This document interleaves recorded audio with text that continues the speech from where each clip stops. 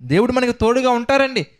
మనం గుర్తించగలగాలి, గ్రహించగలగాలి. మన యొక్క అతిక్రమములను మనం ఒప్పుకొని విడిచిపెట్టగలిగితే అది ఎలాంటి కఠినమైన పరిస్థితులైనా, ఆఖరికి మరణమే మన మీదకొచ్చి కూర్చున్నా, మరికొద్ది క్షణాలలో మనం మరణానికి దగ్గరలో ఉన్నా, మరణం అయిపోయే పరిస్థితుల్లో ఉన్నా కానీ దేవుని కాపుదల మాత్రం మనల్ని ఎప్పటికీ విడిచిపెట్టదు అని అంటున్నాడు. నేడు నీవు నాతో కూడా పరదేశంలో ఉందువు.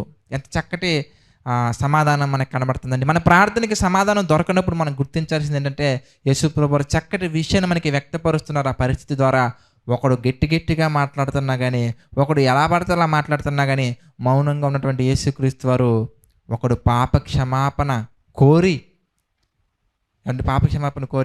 దేవుని రాజ్యంలో ప్రార్థించిన వెంటనే అతనికి సమాధానం దొరికినట్టుగా మనం చూడొచ్చు. కనుక నీ ప్రవర్తన, నా ప్రవర్తన దేవుని మందిరంలో ప్రియులారా ఎలా ఉందో మనం చూసుకోవాలి. మరి ముఖ్యంగా ప్రభువుకి ఇష్టపరంగా, ప్రభు నామానికి మహిమకరంగా ఉందా లేదనేది పరిశీలనాత్మకంగా మనం తెలుసుకోవాల్సిన అవసరత ఎంతైనా ఉంది. అలాగే మనం గమనించినట్లయితే మూడవ మాట మనం చూద్దాం. మూడవ మాట మనం చూస్తే యోహాను సువార్త 19వ అధ్యాయం మనం చూద్దాం. యోహాను సువార్త 19వ అధ్యాయం కనుక మనం జాగ్రత్తగా ధ్యానించినట్లయితే 26వ వచనం మనం చూద్దాం. యోహాను సువార్త 19వ అధ్యాయము 26, 27 వచనాలు మనం చూద్దాం. అయితే దానికంటే ముందు మనం చూస్తే 25వ వచనం కూడా మనం చూద్దాం. 25వ వచనం మనం చూస్తే ఆయన తల్లి సహోదరియు క్లోప భార్య అయిన మరియయు మగ్దలేన మరియయు ఎక్కడ నుంచున్నారయ్యా అంటే యేసు శిలువ యొద్ద నిలుచుండిరి.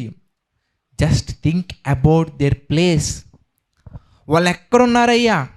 ఏమండి, ఉన్నటువంటి శిష్యుల్లో కొంతమంది చెదిరిపోయి, కొంతమంది కొంత దూరంగా వెళ్ళిపోయినప్పటికీ అక్కడ జరుగుతున్నటువంటిది క్లిష్టమైనటువంటి క్రియ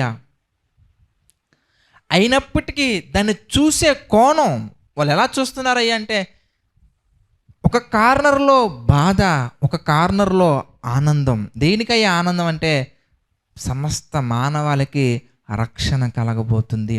దేనికయ్యా బాధ అంటే ప్రియులారా, ప్రాణం కంటే ప్రేమగా ప్రేమించి తన సొంత కుమారుని మన కొరకు గిఫ్ట్గా ఇచ్చినప్పుడు ఆ కుమారుని రక్షించుకోలేకపోతున్నామనే బాధ. ఇప్పుడు రక్షించుకోవాలని ప్రయత్నిస్తే అది దేవుని చిత్తానికి వ్యతిరేకంగా వెళ్ళిపోతుందనే ఒక రకమైనటువంటి ఆవేదన. ఇవన్నీ ఆలోచించినప్పుడు ప్రియులారా మనం చూస్తే, ఏమండి వీళ్ళు ఎలా చూస్తున్నారే, ఎక్కడున్నారయ్యా అంటే మనం చూద్దాం. యోహాను సువార్త 19వ అధ్యాయం 26, 27 వచనాలు మనం చూస్తానండి. 25 ఆయన తల్లి సహోదరియు అలా మాట్లాడుతూ ఎక్కడి నుంచున్నారయ్యా వీళ్ళంతా అంటే యేసు శిలువనొద్ద నిలుచుండిరి.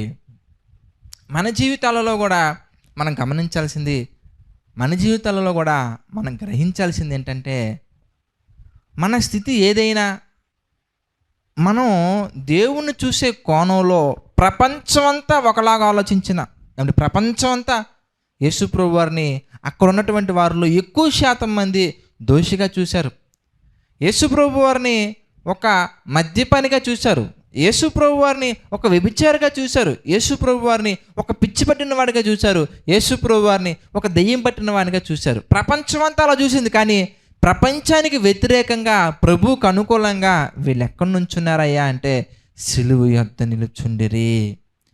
వాళ్ళలాగున్నారు, వీళ్ళలాగున్నారు, వాళ్ళలా చూస్తున్నారు, వీళ్ళలాగా చూస్తున్నారని కాకుండా మనం గనక దేవుడు ఏమనుకుంటున్నారు నా గురించి, దేవునికి ఇది అనుకూలమా కాదా, దేవుని చిత్తమా కాదా అని మనం ఆలోచించగలిగినట్లయితే అది ప్రమాదకరంగా ఉన్నప్పటికీ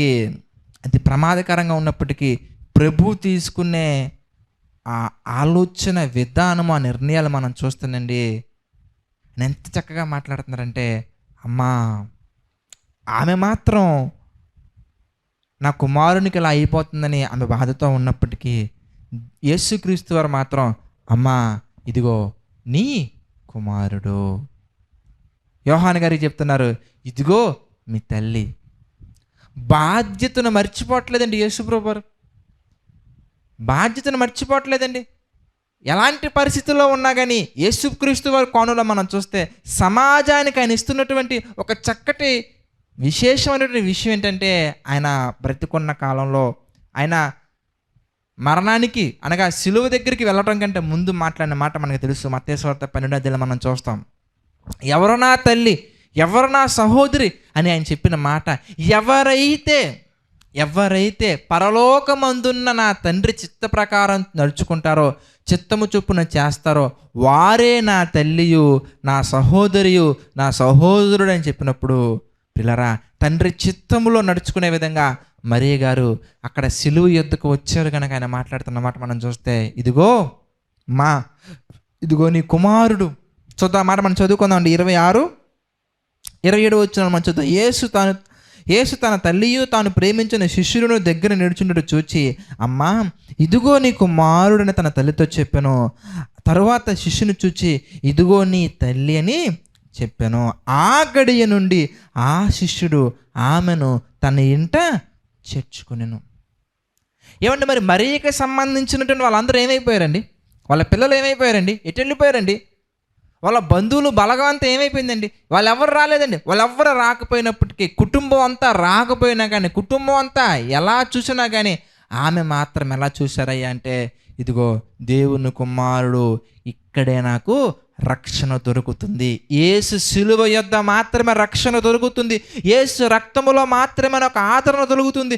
దేవుని కుటుంబంలో మాత్రమే నాకు దీవెనలు దొరుకుతాయని దేవుని కుటుంబంలో ఉండటానికి, విశ్వాస గృహంలో ఉండటానికి సంఘాన్ని ఇష్టపడే ఆమె దేనిని పట్టించుకోకుండా, ప్రపంచాన్ని పట్టించుకోకుండా సిలువ యొద్ద, దేవుని కుమారుని యొద్ద, సిలువ యొద్ద ఉండటం వలన మీరు ఆలోచించినట్లయితే ఆమె పట్ల సొంత వారు ఒకవేళ బాధ్యత చూపించనప్పటికీ, ప్రియులారా, సంఘములో ఉన్నటువంటి వారు ఏ మాత్రము కూడా బాధ్యత విషయంలో అతిక్రమించరు, బాధ్యతను మీరరు అనటానికి నిలువెత్తు నిదర్శనంగా మరొక ఉదాహరణను యేసుప్రభు వారు మనకి చూపిస్తున్నారు. అదేంటంటే, యోహాను ఆమె నీ తల్లి అన్న వెంటనేనండి చక్కటి మాట అక్కడ మనకు కనబడుతుంది. ఏంటంటే, పరిస్థితులన్నీ కుదిరిన తర్వాత అని కాదండి, ఆ గడియ నుండే. మీరు చూడండి 27వ వచనం మనం చూస్తే, తర్వాత శిష్యుని చూసి ఇదిగో నీ తల్లి అని చెప్పాను.